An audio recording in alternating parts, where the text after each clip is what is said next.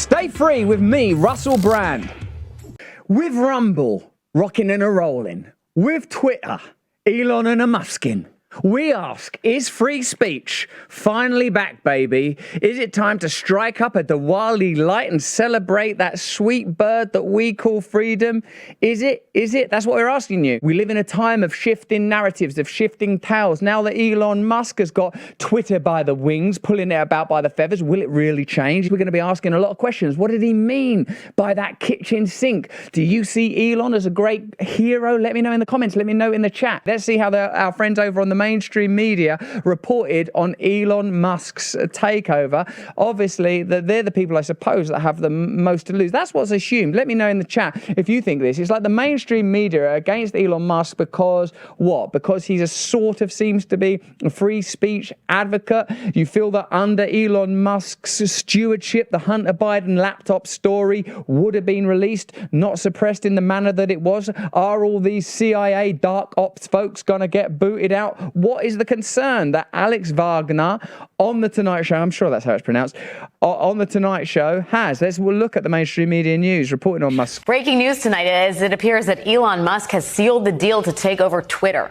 And this morning, he tweeted a message to advertisers using way more than 280 characters, I must add, where he promised that, quote, Twitter obviously cannot become a free-for-all hellscape. Yeah, you don't have free-for-all hellscape. No, be awful, wouldn't it? Free-for-all hellscape. I was so impressed by Tim Pool's celebratory tweet on learning that Elon's taken over. Let's have a look at that. You'll be familiar with it. Tim Pool simply posting the word ivermectin. Like, is there a single word that better sums up the transition that's just taken place? Let me know if you think it's good news, or is there more complexity to it than that? Certainly the narrative is shifting. The narrative around COVID is shifting. Do you feel sometimes that you're being invited to forget the news? Elon Musk has sealed the deal to take over Twitter. Right now, without further ado, speak to Mint Press's most glorious and golden son, the Scottish Alan McLeod. Hello, Alan. You're right, guys. How are you doing? Actually, we feel pretty upbeat and pretty happy. Now, there's been plenty of opposition to Musk's takeover, hasn't there, all over the mainstream media. Does that include government opposition, in your opinion, Alan?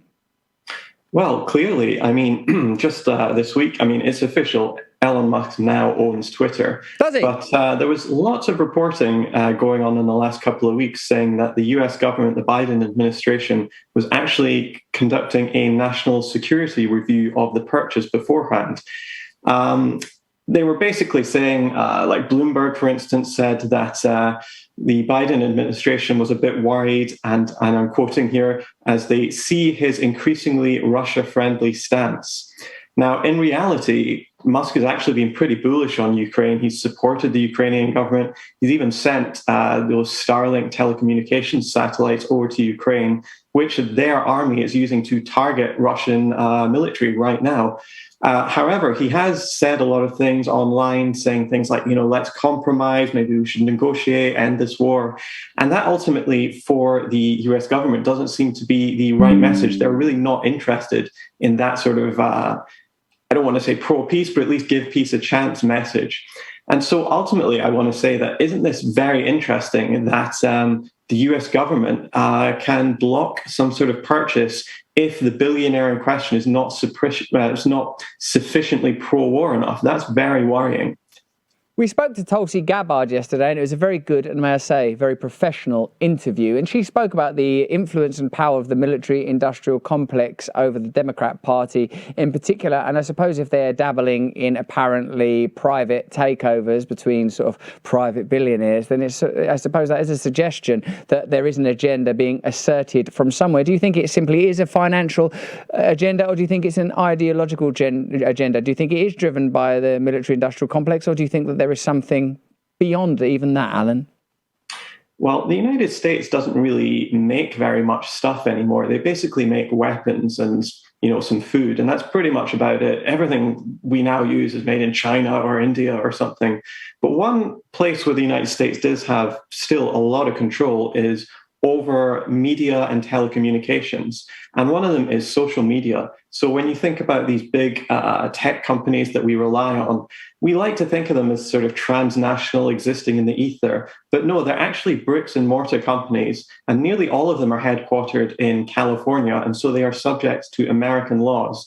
And not only that, my research over the past couple of years into big tech companies and who is actually making the decisions about content, moderation, trust, and security really was very shocking to me and to people who've read it. I was really interested in this when the big tech companies basically decided en masse to ban Donald Trump. I really wanted to know who was actually making the decisions, but they're really opaque.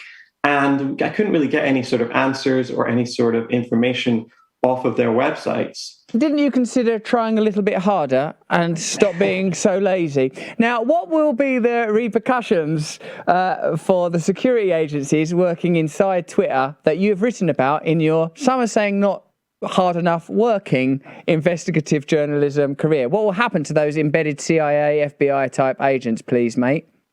Well, ultimately, I don't know. If people aren't aware, Twitter is absolutely chock-a-block full of FBI, CIA, and NATO agents, or ex-CIA NATO agents. For instance, Dawn Burton in 2019 left her job as an FBI special agent, and then she just was parachuted into Twitter and became the senior director of strategy and operations for public policy, trust, and safety.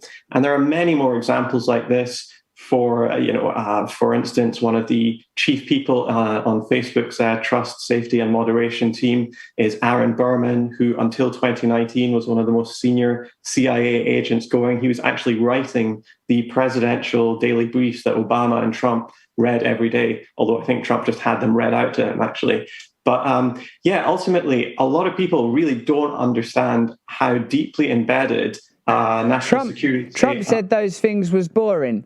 Like, he didn't want to read those briefings. That's what we had some. We did it. You're not the only one doing investigative journalism, Alan. We are as well. And one of the things we investigated and then journaled was that Trump finds them things boring, and they used to pretend that he was in them to keep him. Hey, you lot have been doing that to me, I've noticed. Well, it's a good bit of news about you, Russell. Go on, tell me a bit more about that. And here's some other news. Elon Musk over Twitter. Oh, really? Should we go with the Elon Musk one? So, yeah, they are deeply embedded and they are high-level officials. So this is not just some, I don't know, like it's beyond a revolving door. It's an amorphous and diaphanous connection, a sort of symbiosis that's ongoing that challenges the very idea of them being separate entities. Alan, did your increasingly half-hearted seeming research throw up any insights into how come Jeff Bezos was allowed to buy the Washington Post, please, sir?